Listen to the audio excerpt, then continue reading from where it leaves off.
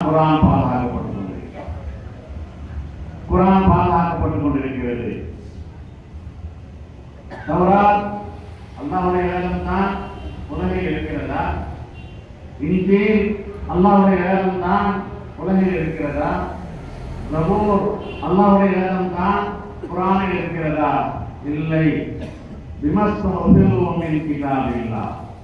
அல்லாஹ் சொன்னான், தௌராத்தை உங்களுக்கு கொடுத்து விட்டேன், அதை பாதுகாக்கும் பொறுப்பு உங்கள் தலையில் இருக்கிறது, நீங்கள் தான் பாதுகாக்க வேண்டும் என்று அவர்களுக்கு நீனாட்சி நான் கொடுத்த வேதமாட்சி என்று அல்லாஹ் சொல்லிவிட்டார். அந்த நபிமார்கள் எல்லாம் போனதற்கு பின்பு அந்த சமுதாயம் சீரழிந்து போனதின் காரணமாக, இஷ்டத்திற்கு கை வைத்ததின் காரணமாக ஒரிஜினல் தௌராத் இல்லை, ஒரிஜினல் இன்ஜீல் இல்லை, ஆனால் குர்ஆன் இருக்கிறது. இன்னாலஹு லஹாஃபிதூன் அல்லாஹ் கேரண்டி கொடுத்து விட்டான். நம்பாளர்களே,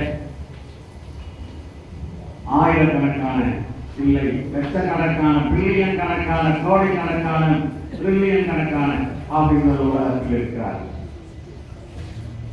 தௌராத் மூசா அலைஹிஸ்ஸலாமுக்கு இறக்கப்பட்டது.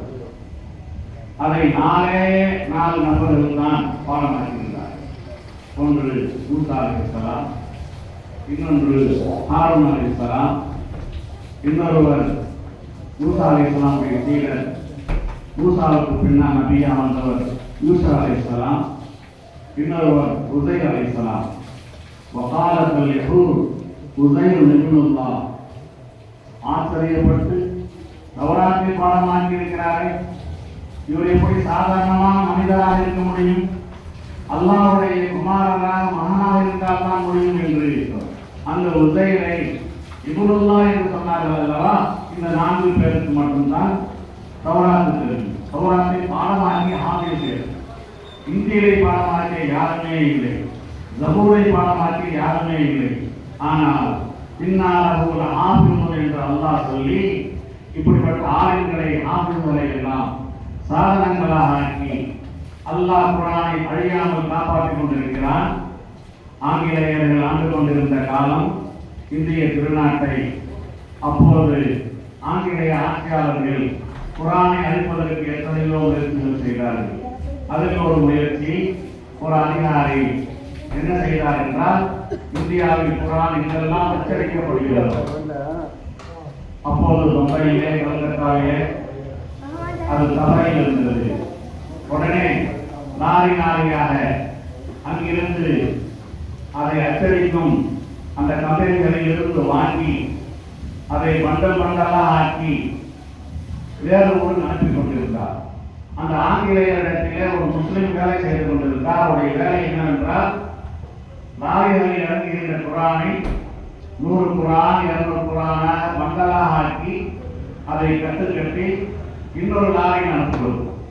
கேட்டார் அவர், இவ்வளோ பிரியமாக அன்பாக ஆயிரக்கணக்கான குர்ஆன்களை வாங்கி 100கணக்கான பண்டங்கள் ஏற்பாடுகள் செய்து நீங்கள் எங்கே அனுப்புகிறீர்கள் என்று கேட்கும்போது அவர் சொன்னார், இல்லை, நினைத்துக் கொண்டிருக்கிறாயா குர்ஆன் மீது உண்டான அன்பு?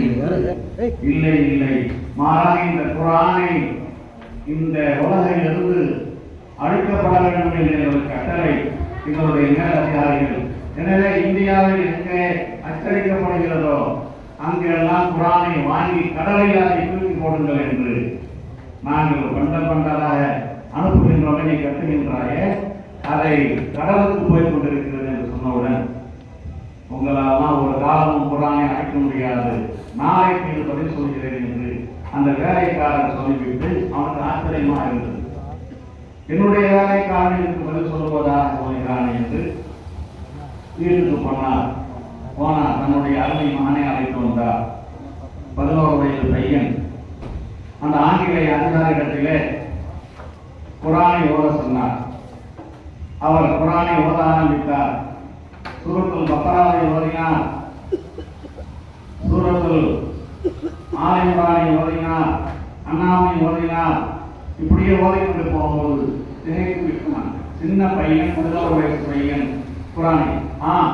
இவரை போன்று லட்சக்கணக்கான ஆபிகள் உலகத்தில் இருக்கிறார்கள். இருக்கிறார்கள். வேண்டுமானால் பேப்பரில் இருக்கின்ற குர்ஆனை நீங்கள் எரிக்கலாம், பேப்பரில் இருக்கின்ற குர்ஆனை நீங்கள் கடை போடலாம். இந்த ஹாஃபிஸ்களுடைய மனதில் இருக்கின்ற அந்த குர்ஆனை நீங்கள் என்ன செய்ய முடியும் என்று அவர் கேட்டார். அன்பானவர்களே, அந்த அடிப்படையில் இதோ ஹாஃபிஸ்கள் இருக்கிறார்கள்.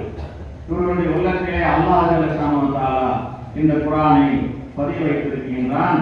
எனவே இன்னல்லாஹ யர்ஃபஉ பிஹாதல் கிதாபி அக்வாமன் யலவு பிஹி ஆகரீன்.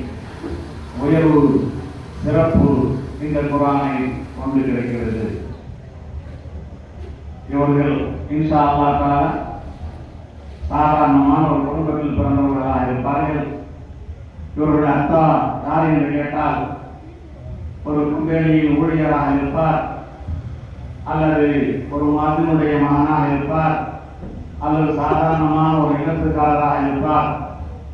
நாளைக்கு இன்ஷா அல்லாஹ் மேராபில் நின்று தொழ வைக்கும் போது அவருக்கு பின்னால் வெட்டாதிபதிகள் இருப்பார்கள், கோடீஸ்வரர்கள் இருப்பார்கள், பள்ளிவாசலுடைய முத்தவர்கள் இருப்பார்கள்,